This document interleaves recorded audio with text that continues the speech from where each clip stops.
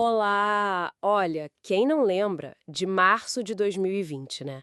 Aqui no Espírito Santo veio aquele decreto dia 16 e pronto, as escolas fecharam assim, num piscar de olhos. Foi um choque, né? Tudo virou de ponta cabeça muito rápido, principalmente para a educação. Exato. E hoje a gente vai mergulhar um pouco em como um grupo específico de professores do ensino fundamental aqui em Vitória lidou com essa virada radical para o ensino remoto. É uma história, assim, de adaptação na marra, mas acho que cheia de lições importantes, sabe? Com certeza. E a nossa base aqui é uma pesquisa de mestrado super interessante de Pérez e Gomes, de 2023. Elas investigaram as chamadas produções curriculares Uhum. e como os espaços-tempos da escola, sabe? Aquele lance do lugar físico, junto com o tempo de aula, como isso foi totalmente reconfigurado para o virtual. Exatamente. Então, a nossa ideia é explorar os desafios, claro, mas também as soluções criativas, a formação que rolou. Enfim, vamos empacotar isso aí. Para começar, o clima inicial foi de muita angústia, imagino. Total. Angústia, ansiedade, isso pegou professores, alunos, famílias, todo mundo. E veio aquela necessidade, assim, urgente de aprender a usar as tecnologias digitais, as TEDx. E rápido, né? Muito rápido. Aí a Secretaria Municipal de Educação de Vitória, a SEMI, tentou agir. Ofereceu formações, né, usando a plataforma Aprendivix, teve parceria com o Google Workspace. E o interessante que a pesquisa aponta é que a demanda por essa qualificação foi altíssima, vinda dos próprios professores. Pois é, isso é fascinante, né? Mostra uma disposição, uma vontade de fazer dar certo, apesar de tudo. Sim, um protagonismo ali. Exato. E a pesquisa focou numa escola bem específica, a MF Mangue do Canto. É um nome fictício, claro. Certo. Fica numa periferia e tinha um desafio extra, bem sério: a conectividade. Pensa, o único ponto de internet grátis do bairro era dentro da escola, que estava fechada. Nossa Senhora! Imagina a complicação. E aí, como é que eles fizeram? Como a escola se organizou? Olha, foi na base da criatividade mesmo. Usaram o Facebook da escola para tentar falar com as famílias, sabe? Rede social virando canal oficial quase. Quase isso. E para quem não tinha acesso nenhum, zero internet, eles organizaram a entrega de atividade impressa, adaptada do que estava na plataforma digital. Uau! E teve professor, a FSS, que criou o grupo de WhatsApp para cada turma, tentando manter algum contato, né? Exatamente. Isso aí é um exemplo perfeito do que um pensador, o Michel Dissertot, chama de novos usos dos artefatos culturais tecnológicos. Explica isso melhor. É basicamente pegar uma ferramenta que já existe, tipo WhatsApp, Facebook, e usar em um jeito diferente, um jeito que não era o previsto, mas que resolve um problema ali do momento, entende? Não é só usar a tecnologia, é reinventar o uso dela. Faz todo sentido. Tipo, adaptar mesmo. E a pesquisa traz uns exemplos ótimos disso. Professores falando que tiveram que virar mágicos, É bem isso. aprendendo a criar jogo online, tipo cruzadinha, caça-palavra. A professora aí falando que fone, mouse e WhatsApp viraram ferramenta essencial de trabalho. Coisas básicas, né? Que ganharam outra dimensão. Totalmente. E outras professoras, W e Z, aprendendo a usar o Canva para fazer material mais bonito, ou até transformando o Google Forms, que é para pesquisa, em jogo educativo. Isso mostra muito aquela ideia de cibercultura, do Pierre Levy, sabe?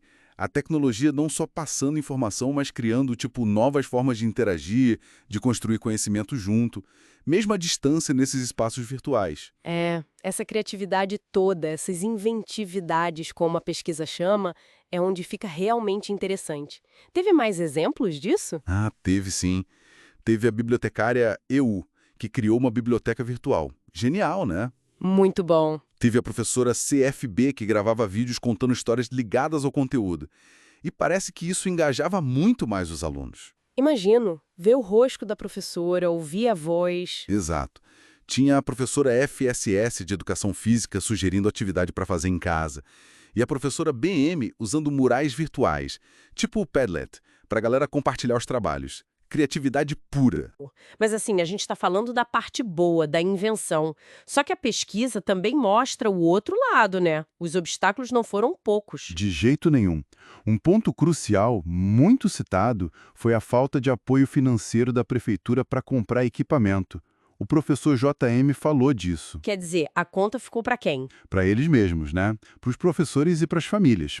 Basicamente, essa educação remota emergencial foi bancada por eles. E as formações da SEMI foram vistas como importantes, sim, a professora MCS disse isso. Mas, Sempre tem um mais. sempre, a professora CFB comentou que as dúvidas mesmo surgiam na hora H, na prática com os alunos.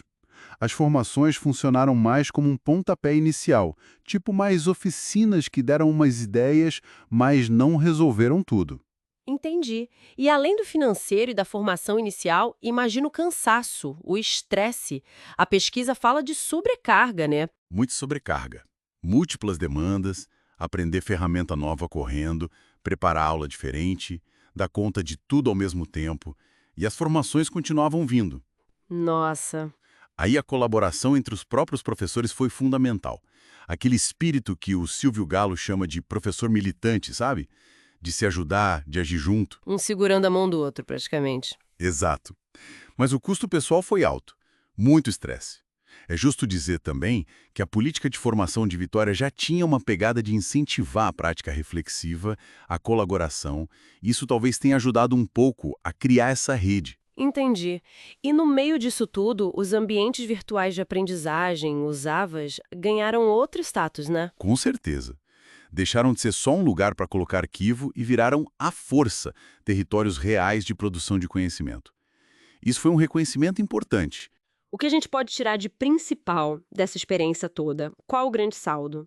Olha, eu acho que o principal é ver a resiliência e a capacidade de invenção absurda dos professores.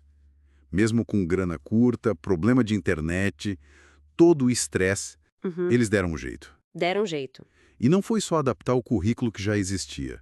Eles criaram coisas novas, esses suspiros curriculares, como as pesquisadoras chamaram de forma tão bonita. A biblioteca virtual, os vídeos de história, as atividades adaptadas, os murais. Mostra a força do fator humano, né? Totalmente. A tecnologia é ferramenta. Importante, claro. Mas quem faz a mágica acontecer, quem conecta, quem inventa, são as pessoas. A colaboração, a criatividade do professor. Isso ficou muito evidente. É verdade. A tecnologia por si só não faz nada. Fica então uma pergunta para a gente pensar, né? O que dessas invenções todas que nasceram ali na urgência, na dificuldade da pandemia, tipo os vídeos de história, a biblioteca virtual, talvez o uso mais intenso dos murais, o que disso pode ou talvez deva continuar? O que pode realmente transformar a escola e o currículo daqui para frente, mesmo com a volta ao presencial? Ótima pergunta. Algo para a gente continuar refletindo, sem dúvida.